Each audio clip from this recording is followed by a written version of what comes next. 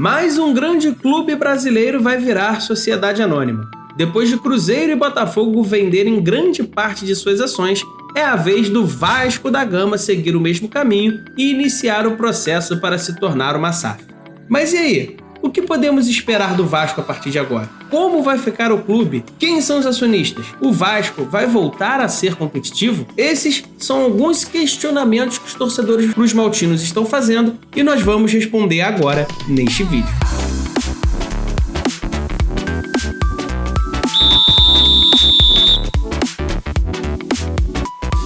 Fala, jogador, beleza? Sejam bem-vindos a mais um vídeo aqui no canal, onde mais uma vez vamos explicar tudo sobre um novo time que vai se tornar SAF aqui no Brasil, o Vasco da Gama. Com a nova lei que permite que os clubes de futebol se tornem sociedade anônima, nós temos uma nova realidade no futebol brasileiro. Primeiro, o Cruzeiro vendeu 90% de suas ações a Ronaldo.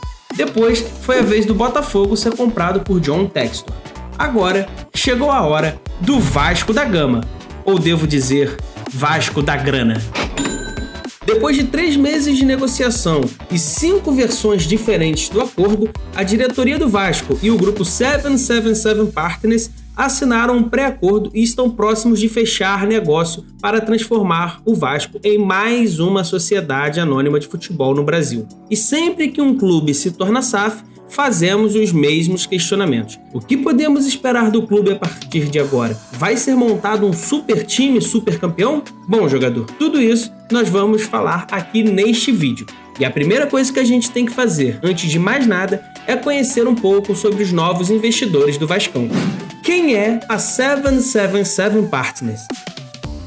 Criado em 2015 em Miami, na Flórida, o grupo 777 Partners tem 2 sócios fundadores, Steven Pasco, de 73 anos, e Josh Wander, de 40 anos, que é quem toma as frentes das negociações com os clubes de futebol, juntamente com outros diretores. Com 54 empresas em seu portfólio, a holding vive um momento de expansão e se divide em 5 áreas de atuação: aviação, consumo e comércio, seguros, finanças de litígio, mídia e entretenimento e clubes de futebol.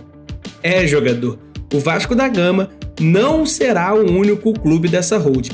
Em novembro de 2018, o grupo adquiriu as ações minoritárias do Sevilha.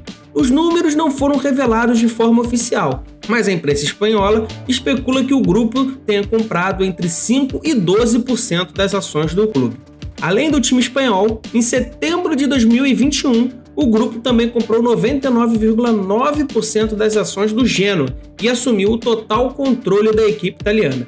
O valor também não foi revelado publicamente, mas a imprensa italiana especula que o negócio gira em torno dos 150 milhões de euros, aproximadamente 870 milhões de reais. Além do valor investido, a empresa também adquiriu todas as dívidas do clube italiano.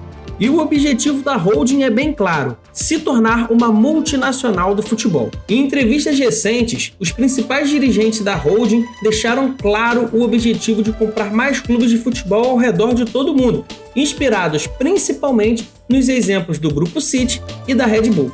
Bom, agora que vocês já conhecem melhor os novos acionistas do Vasco, vamos ao que interessa: o que está sendo acordado para a venda do Vasco. O Vasco e a empresa 777 Partners chegaram a um acordo de venda do clube em uma estrutura de negócio semelhante à adotada por Botafogo e Cruzeiro. O Vasco vai constituir uma empresa e irá transferir para ela os ativos e direitos relativos ao futebol. Essa empresa, por sua vez, terá seu controle vendido para a holding 777 Partners, que passará a ser responsável pela sua administração. Apesar de ser um modelo parecido, os valores e condições são diferentes dos casos de Botafogo e Cruzeiro. A empresa americana vai investir um total de 700 milhões de reais e terá direito a 70% das ações da SAF vascaína. Desse valor, 70 milhões serão investidos de imediato para sanar as dívidas e despesas de curto prazo e também para investir no fortalecimento do elenco. Os outros 630 milhões de reais, a princípio, serão investidos ao longo de 3 anos. Também existe a possibilidade de investimentos na reforma de São Januário, o que fará com que os valores envolvidos passe da casa do bilhão. Ah, e jogador, vale lembrar que esses 70 milhões serão investidos no Vasco independentemente se houver ou não um acordo de venda. O Vasco e a holding americana têm até maio para finalizarem o processo de venda e caso não cheguem a um acordo, esse dinheiro continuará com o Vasco e se tornará um empréstimo comum ao clube, que terá que devolver o dinheiro emprestado para a empresa americana ao longo dos anos, de forma parcelada e com juros. Jogador, estima-se que o endividamento do Vasco esteja na casa dos 700 milhões de reais. E com a venda, a SAF será responsável por pagar essa dívida, dentro dos limites estabelecidos pela lei da SAF no Brasil, com um período de 6 a 10 anos para quitar completamente todas as dívidas negociadas. Na prática, jogador, a SAF vascaína terá que dedicar 20% de suas receitas mensais para o pagamento de dívidas cíveis e trabalhistas. E jogador, os planos do Vasco não param por aí não. O Vasco da Gama pretende abrir 10% de seu capital no mercado. A ideia é que torcedores comuns possam se tornar proprietários de percentuais minoritários da SAF por meio de debêntures. O clube calcula faturar mais 100 milhões de reais com esse movimento. E pode ficar tranquilo, torcedor. Questões ligadas à identidade da instituição estão resguardadas.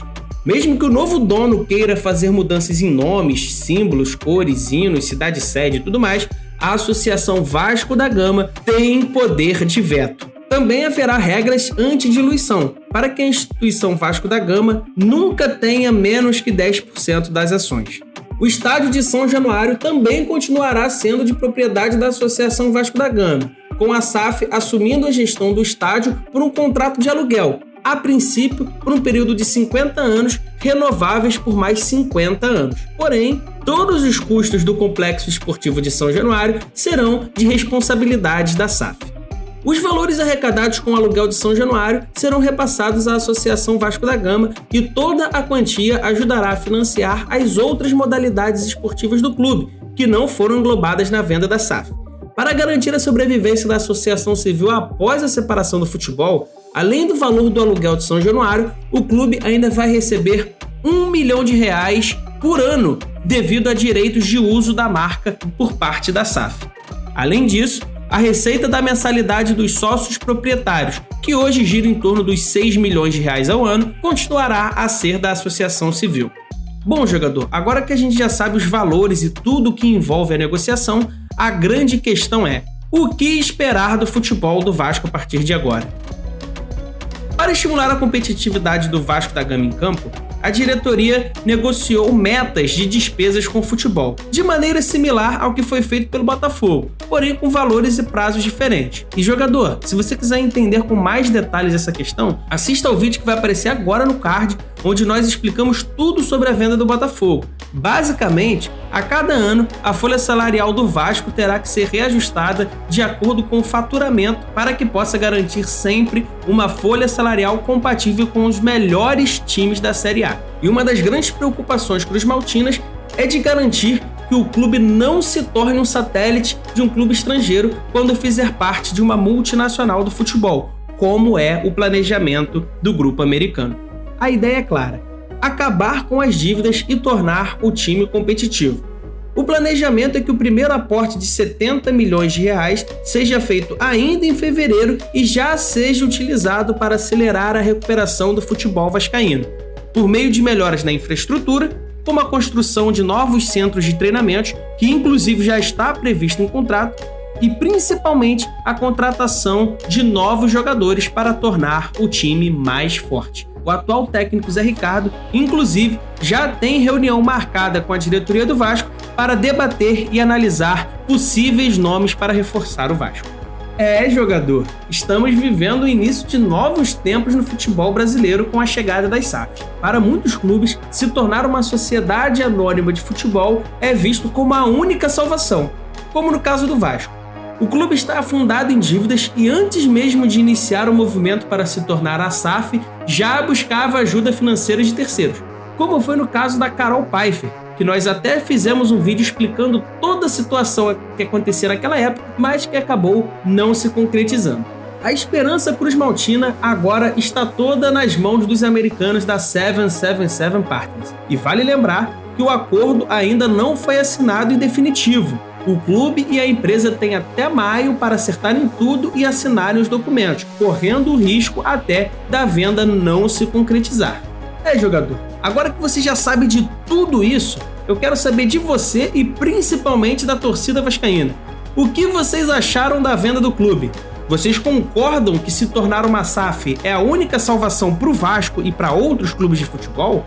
Responda tudo aí nos comentários e aproveita também, deixa seu like neste vídeo para ajudar bastante a gente a crescer aqui no YouTube. Se inscreva no canal caso você não seja inscrito e principalmente compartilhe esse vídeo com seus amigos e familiares, principalmente os vascaínos. É isso, jogador. Valeu, um grande abraço, tamo junto, até a próxima.